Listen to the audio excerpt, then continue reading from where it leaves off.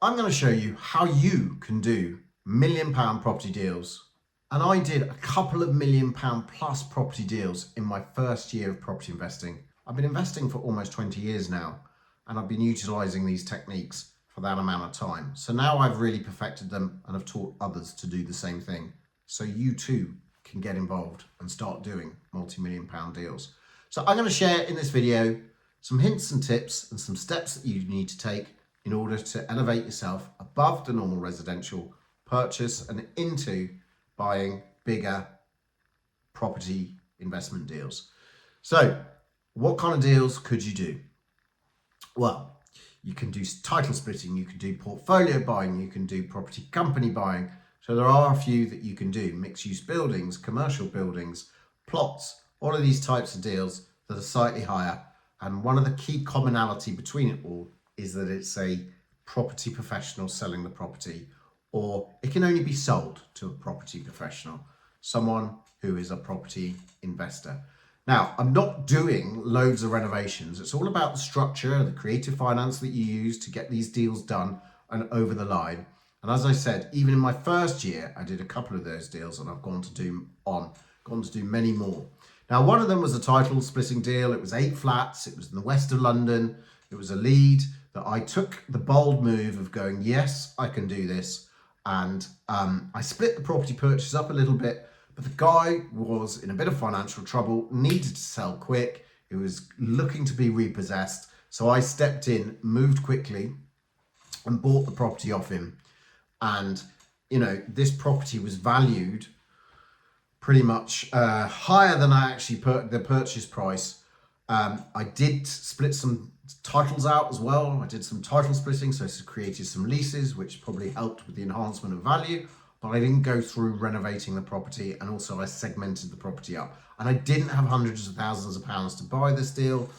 I had a little bit of money to sort of oil the mechanism, so to speak, but I basically arranged the purchase through the finance, working with a good broker that allowed me to recycle cash quickly, that I was utilizing valuations on the open market rather than negotiated purchase price. And also I segmented the purchase up, and the vendor wasn't aware of all the stuff that I was doing behind the scenes. He was just happy that I moved quickly.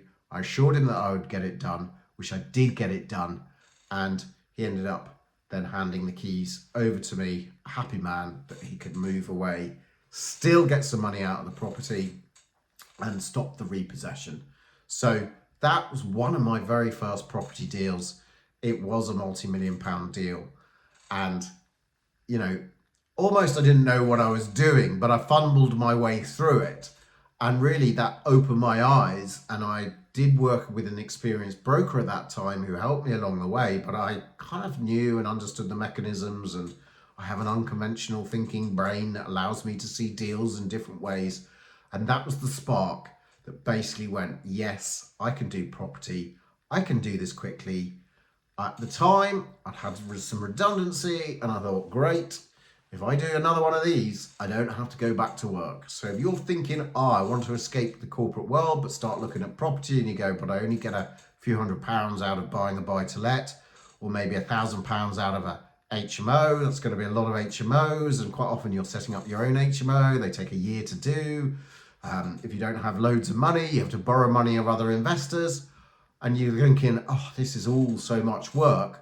Then maybe doing these kind of creative strategies is for you, because you can really step up. And I bought, you know, around £4 million worth of property in my first year, and the cash flow coming out of that was enough for me not to worry about going back to work. I needed more.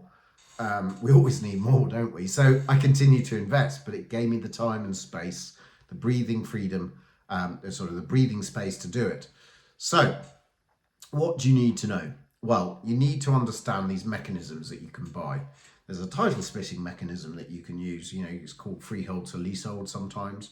Now, for those that don't really understand it, it's quite often blocks of flats have a freehold, and a lot of blocks haven't been split up individually. So if an investor has always owned them and rented them out, the individual leases that allows individuals to buy and sell individual flats have not been created. But over time, these things get created. And quite often the fact that now a residential buyer is involved or would be able to buy that rather than just investors who look at yields and all of those types of things and needs lots of cash quite often to put in, it means that the property value can be split up, or the properties can be split up, individually purchased, meaning that the block value has probably gone up. And banks like it because they could sell it off individually and they don't have to sell the whole block, put it in auction if they repossess. And therefore, quite often, banks downvalue blocks of flats, give you a 20% block discount. And if you buy with this wholesale discount and then get revalued at a retail kind of value, then quite often there's a margin. And then if you couple that with creative finance, you couple that with portioning things up, maybe there's a couple of different titles. In my first deal, although it was 8 flats, there was a couple of titles involved. So again, I could use mechanisms and pricing structures that allowed me to recycle cash quickly out of one part that I could feed into the other part, that allowed me to buy this £1 million deal without very little cash. I'm not saying zero cash, and I'm not saying that it, and sometimes, and these days, you might need that cash to stay in the property a little bit longer, but not always, depending on your buying mechanism. So, you know, essentially, these end up being no money left in or very low money left in deals, but you don't need the hundreds of thousands of pounds that you would think that you would associate with £1 million property. And that's why a lot of investors don't even look or open the negotiations for £1 million property. So you need to understand these mechanisms. You need to understand how to do them. You do also need to work with professionals who also understand them, which again is a small, narrow band of people that I've built around me who know and understand what I do now.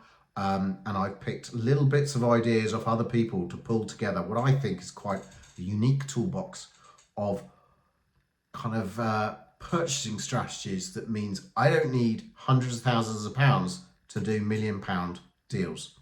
The next one, if we look at the portfolio, I bought a portfolio of properties in the south of the country. Some were HMOs, some were flats, some were blocks of flats on titles. So again, I could use a mixture of strategies. I could really stretch different things, and I did stretch the time that I was buying this one. So I sort of portioned it up and pushed my money through on multiple occasions, utilizing multiple techniques to actually end up buying the portfolio. And again, you know, the person who was selling wasn't aware of everything that I was doing. He wasn't aware of some of the valuations I was trying to get. I did allow myself, and part of the negotiation was we kind of negotiated a headline rate, and I said, can I apply the prices as I see fit? Can I execute on the contracts as I see fit? You know, these were critical to me to allow me to push my money through different deals. So what happened is I did purchase this over a period of time, but it wasn't a massive period of time. It allowed me to recycle my cash quickly through and buy the whole portfolio. And I've helped others do the same. There was a couple of people who came to me and they had a portfolio in Harrow, and I think they negotiated a £2.5 million deal. They did actually end up selling some of the properties as well. That releases more cash.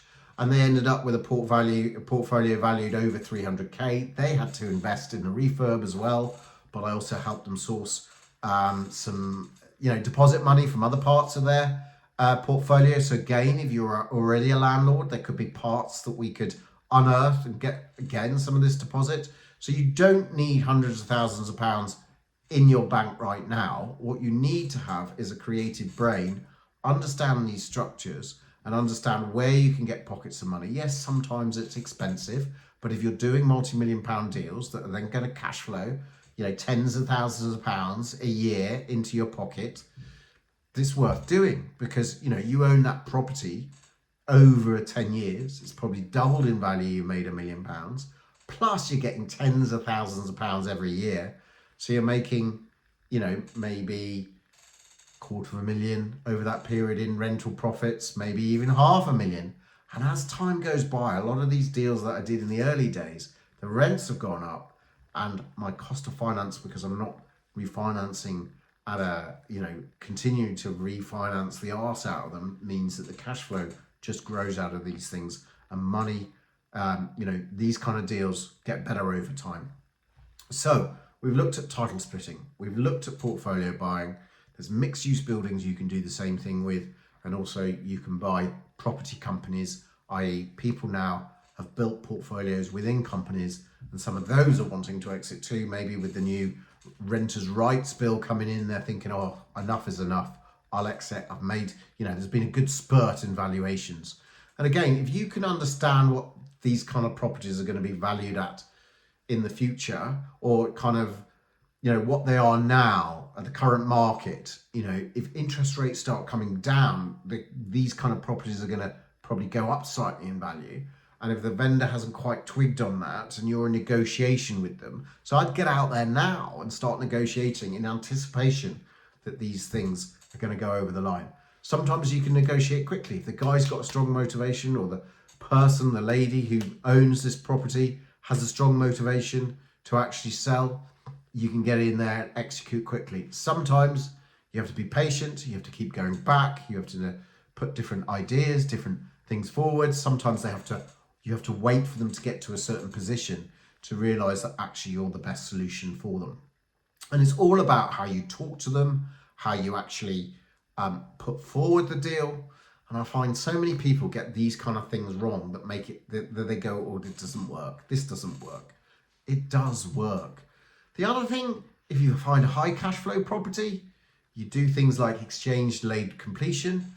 Then again, if you start, getting hold of the rent, you can potentially recycle the rent through and pay them in stages. So there are very clever, little known mechanisms that you can do that allows you to create deposits, utilizing the property and the profit coming out, or the rent coming out of the property, that the banks now allow, because I've sat down with them, explain what's going on, and they're happy with, because they understand.